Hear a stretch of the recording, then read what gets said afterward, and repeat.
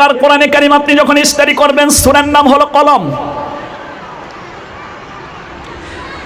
29 পারার 2 নম্বর সূরা, সূরার নাম কলম। কলম দিয়ে লেখে, ঠিক না? 52টা আয়াত আছে। আপনি যখন মাদ্রাসার বিরুদ্ধে কথা বলবেন, মসজিদের বিরুদ্ধে কথা বলবেন, আলিম ওলামার বিরুদ্ধে কথা বলবেন, কোরআন হাদিসের বিরুদ্ধে আপনি যখন কথা বলবেন, আল্লাহ পাক আপনাকে 4টা গাইল দেয়। কয়টা গাইল মনে রাখবেন? মান্নাআল লিল খাইরি মুতাদিন আসিম। এ হলো 29 নম্বর পারার সূরা কলম 12 নম্বর আয়াত এবং 13 নম্বর আয়াত। 1 নম্বরে আল্লাহ পাক বলেন মান্নাআল লিল খাইরি মুতাদিন আসিম। 1 নম্বর হলো সে সীমা লঙ্ঘনকারী, 2 নম্বর হলো পাপাচার। এরপরে আল্লাহ পাক বলেন মান্নাআল লিল খাইরি মুতাদিন আসিম উতুল্লিম বা'দা যালিকা জানি। 3 নম্বর হলো সে কঠোর মিজাজের, অসভ্য, বদমাশ, রুর মিজাজের।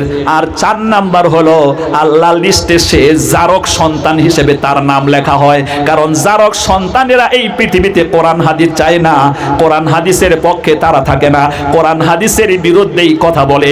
এজন্য নূহ পয়গম্বর এই দোয়া করছিলেন, মাওলারে এই পৃথিবীতে কাফিরের গোষ্ঠীর আল্লাহ প্লাবন দিয়ে সাফ করে দাও, আর ওদের বংশ যেন বৃদ্ধি না হয়। কারণ ওদের বংশ বৃদ্ধি হলে আবার ওরা কোরআন হাদিসের বিরুদ্ধে কথা বলবে। আমি নবী 950 বছর দাওয়াত দিলাম, আমার কথা শোনে নাই, আমাকে ধরেছে, মেরেছে, আমাকে বন্দী করে রেখেছে। এইভাবে তারাও কোরআন হাদিসের বিরুদ্ধে দাঁড়িয়ে যাবে। এজন্য এই জারক সন্তান যেন আর দুনিয়ায় বেঁচে না থাকে, কাফিরের গোষ্ঠীকে একবারে সাফ করে দাও। আল্লাহু আকবার।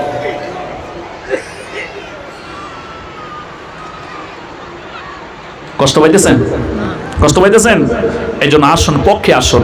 যদি পক্ষে আসতে পারেন কি পাবেন? একটা ঘটনা বলি, আমার বক্তব্য শেষ করব। যদি কোরআন হাদিসের পক্ষে আসতে পারেন, বিশ্বনবী মক্কা থেকে হিজরত করে মদিনায় গেলেন। মক্কার ভিতরে এক সাহাবী, তার নাম হচ্ছে আব্দুল উজ্জাহ। আব্দুন মানে গোলাম, উজ্জা সমকালীন যুগে একটা মূর্তির নাম ছিল, কাফেররা ওর পূজা করত, ওর নামে ওই লোকটার নাম রাখা হয়েছিল। আল্লাহ রাসূলের কাছে যখন হাত ধরে লোকটা মুসলমান হয়, নবীজির নাম পরিবর্তন করে দেয়। সুবহানাল্লাহ। নাম হচ্ছে আব্দুল উজ্জা। পরবর্তীতে তার নাম নবীজি বলেন, তুমি আব্দুল উজ্জা নও, বরং তুমি আল্লাহর গোলাম, মূর্তির গোলাম তুমি হতে পারো না, তুমি হলে আল্লাহর গোলাম। আল্লাহর কাছে 2টা নাম বেশি প্রিয়, একটা হচ্ছে আব্দুল্লাহ আর একটা হচ্ছে আব্দুর রহমান। বাচ্চাদের এই সুন্দর সুন্দর নাম রাখবেন। আমার মায়েরা, খালারা, ফুফুরা, এই আব্দুল উজ্জা নামের ব্যক্তি আস্তে আস্তে আল্লাহ পাক বলেন উলাইকা কাতাবা ফি কুলুবিহিমুল ঈমানা ওয়া আইয়াদাহুম বিরূহিম মিন। আল্লাহ পাক যাকে চায় হেদায়েত দান করে, আর হেদায়েতটা আল্লাহ পাক তার দিলের মধ্যে লিখে দেয়। দিলের মধ্যে আল্লাহ হেদায়েতের নূর দিয়ে আলোকিত করে দেয়। কোন সুবহানাল্লাহ, লিল্লাহি তাকবীর। হেদায়েতের নূর দিয়ে তাকে আলোকিত করে দেয়। আল্লাহ পাক বলেন মাইয়াহদিল্লাহু ফাহুয়াল মুহতাদি ওয়া মান ইউদ্লিল ফাউলাইকা হুমুল খাসিরুন। আল্লাহ পাক বলেন আমি যাকে চাই হেদায়েত দেই, আবার যাকে চাই গোমরাহ করে দেই। এই আব্দুল উজ্জা নামের ব্যক্তি, যুব বন্ধু, আমার বন্ধুগণ, হেদায়েত আল্লাহ তাকে দান করলেন। এবার পাগল পারা হয়ে গেল, নবীজির হাত ধরে সে মুসলমান হবে। মক্কাতে থাকাকালীন সে ইসলামের ঘোষণা দিয়ে দিল। কোন সুবহানাল্লাহ, বললো লা ইলাহা ইল্লাল্লাহ মুহাম্মাদুর রাসূলুল্লাহ। আর বিশ্ব নবী জন্ম নিলেন মা আমিনার কোলে, আল্লাহ সারা মাবুদ নাই, ধর্ম দিলেন খোলে। শক্তিশালী আরব জাতি বিরোধ ছিল যারো, টিকলো না তার গণের সামনে আল্লাহ সহায় যারো, টিকলো না তার গণের সামনে আল্লাহ সহায় যারো। সাহাবী যখন ইসলামের ঘোষণা দিয়ে দিলেন, ওই সাহাবীর বাবা দুনিয়াতে বেঁচে ছিল না, চাচার বাড়িতে তিনি লালিত পালিত হচ্ছিলেন, বড় হচ্ছিলেন। চাচা ছিল ইসলামের কঠোর দুশমন। তখন বলল, আমার সম্মাকে ইসলামের ঘোষণা দিয়েছ, ও বাতিজা তুমি মনে রেখো, তুমি যে আমার বাড়িতে থাকো, এই বাড়ি তোমাকে ছাড়তে হবে। এমনকি তোমার শরীরের মধ্যে যে পরনে যে লুঙ্গি ছিল, তোমার গায়ের মধ্যে যে জামা আছে, তুমি ইসলাম কবুল করেছ, এর কারণে তুমি এই সবগুলো হকগুলো খোলে আমাকে দিয়ে দিতে হবে। আমার বন্ধুগণ, কোরআনে কারিমে আল্লাহ পাক বলেন, লা তাসমাউন্না মিনাল্লাযীনা উতুল কিতাবা মিন ক্বাবলিকুম ওয়া মিনাল্লাযীনা আশরাকু আযান কাসীরা। আপনি যখন মুমিনের দাবি করবেন, কাফেরদের পক্ষ থেকে, ইহুদিদের পক্ষ থেকে আপনি নির্যাতিত হবেন, মুশরিকদের পক্ষ থেকে আপনি নির্যাতিত হতে হবেন। আল্লাহ পাক বলেন, এখানে যদি তুমি ধৈর্য ধারণ করতে পারো, আল্লাহ পাক বলেন তোমার জন্য মহা পুরস্কারের ব্যবস্থা আমি করে রেখেছি। কোন সুবহানাল্লাহ। সাহাবী ইসলামের পথে এসে ইসলামের উপর অবিচল থাকার জন্য আমার বন্ধুগণ বললেন, ঠিক আছে আপনি জামা নিয়ে নেন, আপনার পরনের লুঙ্গি আমি দিয়ে দেব, কিন্তু ঈমান হারা আমি হব না। কোন সুবহানাল্লাহ। ঈমানের পথে অবিচল থেকে আমার মরণ যেন হয়, তোমারই কাছে মিনতি আমার, তোমারই কাছে মিনতি আমার, মহামহিম দয়াময়। ঈমানের পথে অবিচল থেকে আমার মরণ যেন হয়। সকলে বলুন আমিন।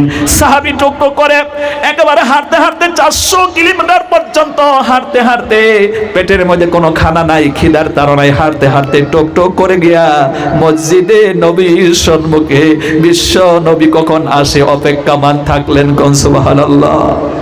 আম্মা জান আয়েশা সিদ্দিকা বলেন, এই পৃথিবীতে যে মহিলাগুলো হযরত ইউসুফ আলাইহিস সালামকে দেখে তার চেহারার দিকে আকৃষ্ট হয়ে তারা লেবু কাটতে গিয়ে হাত কেটে ফেলেছিল, ওই মহিলাগুলো যদি আমার রাসূলকে দেখতো ওরা কলিজা কেটে ফেলতো। কোন সুবহানাল্লাহ।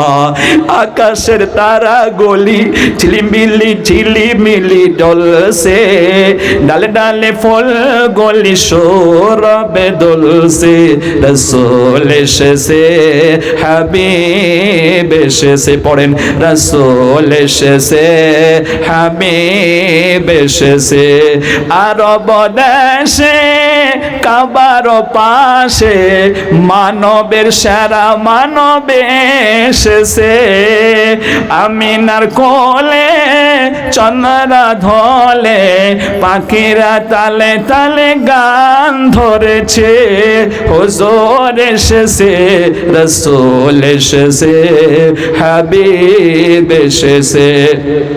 ধন্য ধন্য হয়েছে ধন্য রাসূলকে যে ভালোবেসেছে, দোজখ হারাম হারাম হারাম জান্নাতে তার নাম লিখেছে, প্রেমের হরষে হুজুর এসেছে রাসূল এসেছে।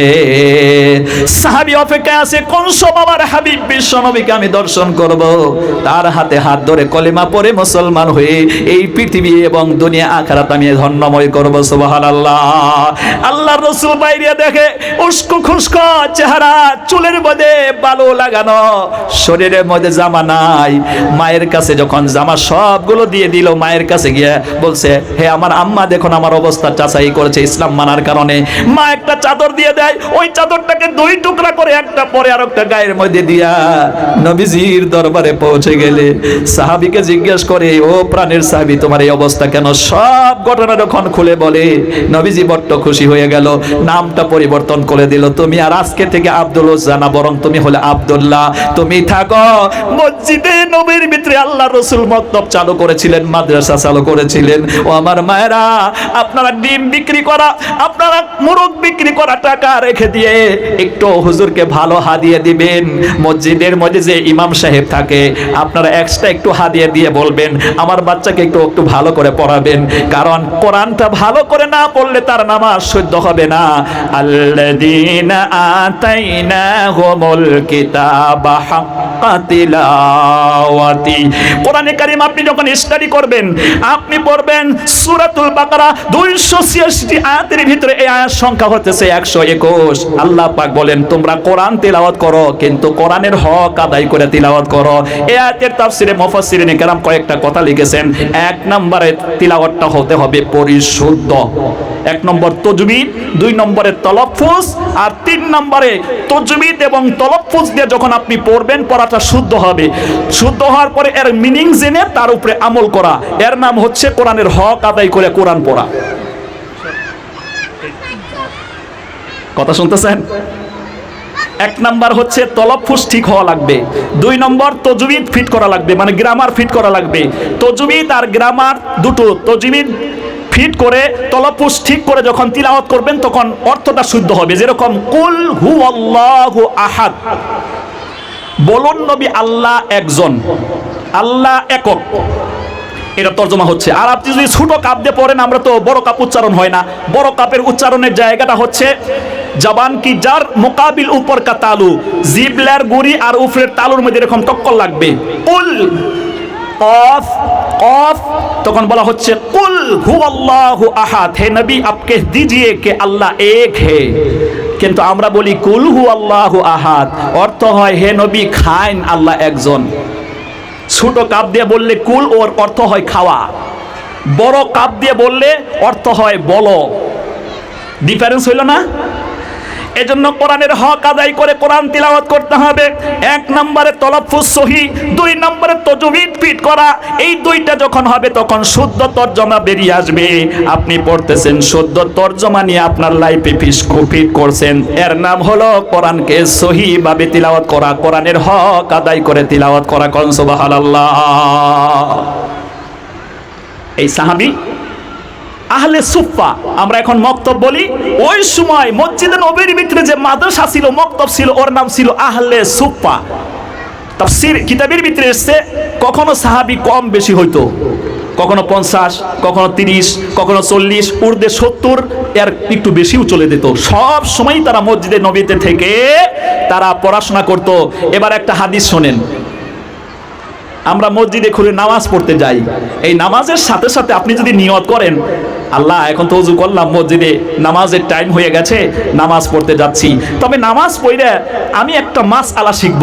4 রাকাত নামাজে আমি 3 রাকাত পাইলাম, 1 রাকাত পাইলাম না ইমামের পিছনে, এটা কেমনে পড়ুম, এটা হুজুরের কাছে ইমামের পাশে বসে এটা শিখুম। এই নিয়ত করে বাড়িতে থেকে আপনি যখন বেরিয়ে যাবেন, ওই মসজিদে যে গিয়ে যখন আপনি নামাজ পড়ে ওই মাসলাটা শিখবেন, আপনার আমল নামায় একটা কবুল হজ এবং উমরার সওয়াব দেবে। কোন সুবহানাল্লাহ। মসজিদ শুধু নামাজ পড়ার জায়গা না, মসজিদকে বানাতে হবে ইসলাম শিখার একটা ফাউন্ডেশন, ইসলাম শিখার একটা প্রতিষ্ঠান মসজিদকে বানাতে হবে।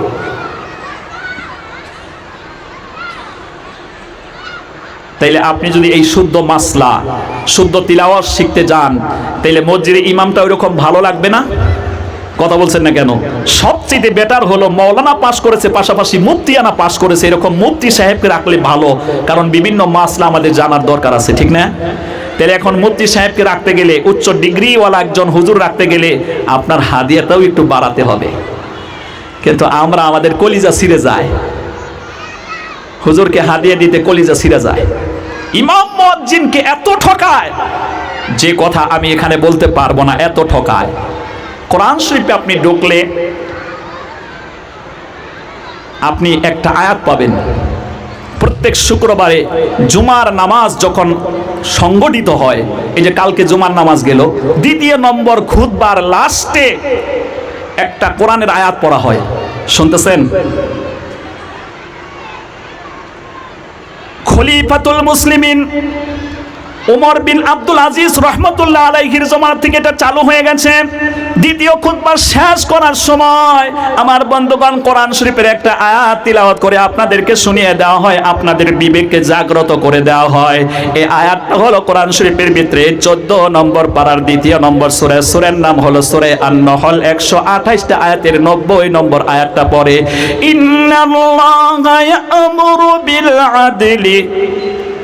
আয়াতটাকে বুঝাই والإحسان وإيتاء ذي القربى وينهى عن الفحشاء والمنكر إلى آخر আয়াত। এখানে বলা হচ্ছে আল্লাহ পাকের পক্ষ থেকে তোমাদের প্রতি ওয়াদার, ইন্নাল্লাহা ইয়া'মুরু বিল আদলি ওয়াল ইহসান। এক নম্বরে তোমরা আদল করো, ন্যায় করো, ইনসাফ করো, ন্যায় করো, ইনসাফ করো। যে ইমাম সাহেব ডেইলি ইনসাফের কথা বললো, আপনাদেরকে ডেইলি শুক্রবারে শুনিয়ে দিল, ওই ইমামের সাথে আপনারা আজও পর্যন্ত ইনসাফ করতে পারলেন না। প্রতি শুক্রবারে শোনায় যে তোমরা ইনসাফ শিখো, ন্যায় শিখো। তিনটা কাজের এখানে আদেশ আছে এবং তিনটা কাজের নিষেধ আছে। ইমাম সাহেব বলছে, কিন্তু ইমামের সাথে ইনসাফ করতে পারলেন না। আপনার বাড়িতে যখন কাজের লোক যায়, সকাল 9টায় কাজ ধরে, আবার বিকেলে 4টা হইলেই ছাইড় দেয়, 700 টাকা হাজিরা, 500 টাকা হাজিরা, 600 টাকা হাজিরা, একবারে না দিলেও 400 টাকা দেওয়া লাগে। কথা কয় না কেন? আর মসজিদের ইমাম মুয়াজ্জিন, ওনার বেতন 200 টাকা দিতে গেলেই কলিজে চরচর করে, চরচর করে। দেওয়ান মাদ্রাসা থেকে ফতোয়া বেরিয়ে এসেছে, বর্তমানে যে জিনিসের দাম, একজন ইমামকে যদি আপনি 15,000 টাকা বেতন না দেন, তাইলে ইমামের প্রতি জুলুম করছেন আপনি। ভালো এক পোয়া মাছ কিনতে গেলে 200 টাকা লাগে, আপনি ভাতা দিচ্ছেন কত? 8,000 10,000 টাকা। তাইলে যদি ওনার দিনের হাজিরা শুধু এক পোয়া মাছ কিনতে যায়, আর বাকি কি খাবে? এই মুসলমান কথা কয় না কেন? হ্যাঁ, মিনিমাম 15,000 টাকা বেতন দিতেই হবে।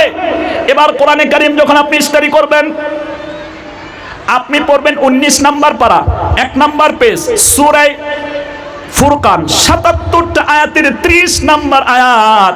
আমার বন্ধুগণ, আমি কোরআন শরীফের একজন ছাত্র হিসেবে এই কোরআন নিয়েই তো সময় কাটাই, রিসার্চ করি, চর্চা করি, তাফসীর গুলো দেখি। আমি গোটা কোরআন শরীফের যত আয়াত পড়ি আমার এত ভয় লাগে না, কিন্তু এই আয়াত আসলে আমি চিন্তায় মাথা হেট হয়ে যায়, চোখের পানি আর ধরে রাখতে পারি না। ভয়াবহ কথা এখানে বলা হয়েছে। আল্লাহ রাব্বুল আলামিন বলেন, ওয়াকালার রাসূলু ইয়া রাব্বি ইন্না কওমি ইত্তাখাযু হাযাল কুরআনা মাহজুরা। আয়াতের তাফসীরের ভিতরে বলা হয়েছে, বিশ্বনবী হযরতে মুহাম্মদুর রাসূলুল্লাহ সাল্লাল্লাহু আলাইহি ওয়াসাল্লাম কিয়ামতের দিবসে ওই উম্মতের বিরুদ্ধে আল্লাহর দরবারে মামলা করবে। আল্লাহর নবী বলেন, এই কোরআন প্রচার করতে গিয়ে আমি পেটের মধ্যে পাথর বেঁধেছিলাম, এই কোরআন প্রচার করতে গিয়ে কত না কষ্ট আমি করেছি, কিন্তু আমার উম্মতের কাছে যখন এই কোরআন গিয়েছে, এই কোরআনকে তারা মূল্যায়ন করে নাই, এর দাম দেয় নাই, এর মান দেয় নাই, এর সম্মান দেয় নাই, এর উপরে পড়ে নাই, আমল করে নাই। এ আল্লাহ, আমি নবী হয়ে আমার এই উম্মতের বিরুদ্ধে আপনার দরবারে মামলা দিলাম। এবার কিতাবের মধ্যে বলা হয়, কিয়ামতের দিবসে যদি আল্লাহ পাকের নবী যে সুপারিশ না করে, কেউ আল্লাহর জান্নাতে যেতে পারবে না। আর সেই নবী যদি আমাদের বিরুদ্ধে মামলা দায়ের করে, বন্ধুরে আর যাব কোথায়? এর চাইতে দুঃখের জায়গা, এর চাইতে আফসোসের সময়, এর চাইতে পরিতাপের বিষয় আর কিছুই হতে পারে না। কথা বলুন ঠিক কিনা?